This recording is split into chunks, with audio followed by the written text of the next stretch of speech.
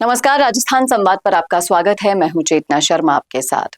आज हम आपको एक ऐसा मामला बताने वाले हैं जहां पुलिस वाले खुद ही कितनी बड़ी अपराध की जड़ बन जाते हैं। बताएंगे आपको सबको डिटेल में इस वीडियो में। लास्ट तक जरूर जुड़िएगा हमारे साथ। मामला जयपुर में कथित तौर पर एक महिला के साथ हुई मारपीट और उसके बाद पुलिस अधिकारियों द्वारा शक्ति के दुरुपयोग और कर्तव्य में लापरवाही से जुड़ा है। शिकायतकर्ता का आरोप है कि उनकी मां के साथ हुई गंभीर मारपीट के मामले में स्थानीय पुलिस ने निष्पक्ष कार्यवाही नहीं की, उल्टा मामले को दबाने और संबंधित अधिकारियों को बचाने की पूरी कोशिश की।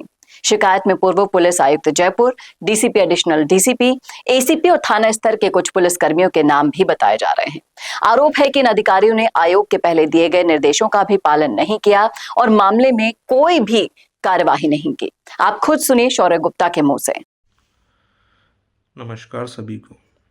हमारा जो आज का एनएचआरसी का केस है वो है अब्यूज़ ऑफ पावर के बारे में, कि किस तरह से पुलिस वालों ने, मतलब पुलिस वाले भी कोई थाने के पुलिस वाले नहीं, मतलब शहर के सबसे बड़े ऑफिशियल्स ने किस तरह से एक महिला के ऊपर मानसिक दबाव बनाया, लीगल प्रोसीडिंग्स के साथ छेड़छाड़ करी, धाराएं कम करी, एविडेंस के साथ छेड़छाड़ करी, जैसे कि एक्यूज्ड को वो लोग बचा सके।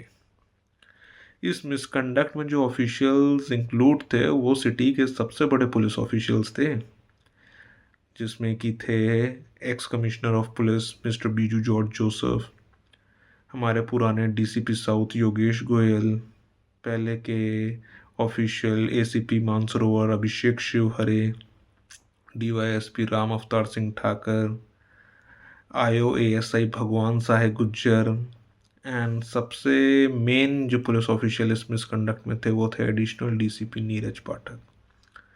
मतलब बैकग्राउंड केस का ये था कि एक महिला और उसके परिवार को 7 लोगों ने मिलके ब्रूटली हथियारों के साथ उसके मारा, उसके परिवार को मारा, उसके कपड़े फाड़े, उसकी लज्जा भंग करी।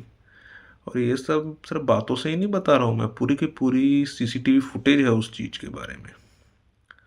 मतलब पूरा सीसीटीवी फुटेज होने के बाद पुलिस मतलब ये देख रही थी कि कल्प्रिट्स को बचाया कैसे जाए, कैसे उनको बचाया जाए। उन्होंने 8 महीने तक कोई कार्रवाई नहीं की।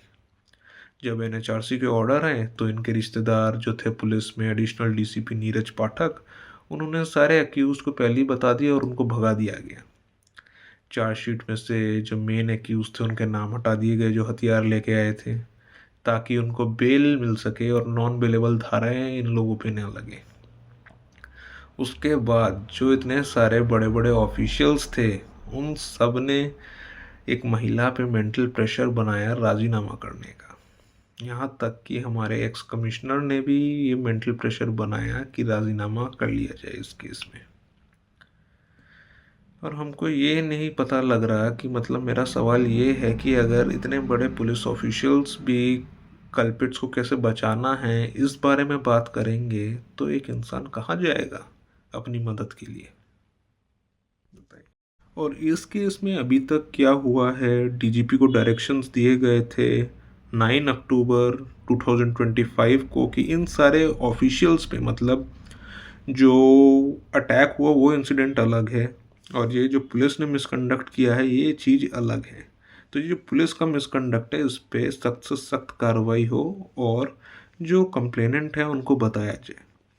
लेकिन अभी तक डीजीपी के ऑफिस से कोई रिप्लाई नहीं आया हमारे पास। हमने आरटीआई फाइल करी 2 महीने के बाद, उसके बाद भी हमको ये बताया जा रहा है कि अभी उनको इन्फॉर्मेशन देना सही नहीं लग रहा है, क्योंकि अभी अनुसंधान चल रहा है और वो इन्फॉर्मेशन नहीं दे सकते।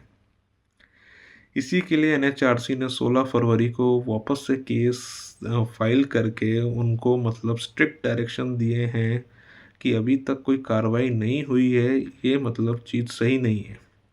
और उन्होंने 4 हफ्ते में एक्शन टेकन रिपोर्ट मंगवाई है डीजीपी राजस्थान से। तो हमारी यही रिक्वेस्ट है कि इस मामले में सख्त से सख्त कार्रवाई हो और जो कंप्लेनेंट है और उसका परिवार है उसको न्याय मिले। सूत्रों के अनुसार शिकायत 2025 में आयोग के समक्ष रखी गई थी। सुनवाई के बाद आयोग ने राजस्थान के पुलिस महानिदेशक यानी डीजीपी को निर्देश दिया था कि पूरे मामले की जांच करके उचित कार्रवाई की जाए और रिपोर्ट प्रस्तुत की जाए, लेकिन जो तय समय था उसमें संतोषजनक जवाब नहीं मिला और आयोग ने दोबारा सख्ती दिखाते हुए एटीआर तलब कर दी है। आयोग ने स्पष्ट किया है कि शिकायत में पुलिस अधिकारियों द्वारा कथित रूप से आदेशों की अवहेलना होना, पीड़ित परिवार को मानसिक आघात पहुंचाने और न्याय प्रक्रिया में बाधा डालने जैसे गंभीर आरोप शामिल हैं। ऐसे में राज्य के शीर्ष पुलिस अधिकारी से विस्तृत रिपोर्ट भी मांगी गई है, जिसमें ये सब बताया जाए कि अब तक क्या कार्रवाई हुई, किन अधिकारियों की भूमिका की जांच हुई, क्या विभागीय या कानूनी कदम उठाए गए।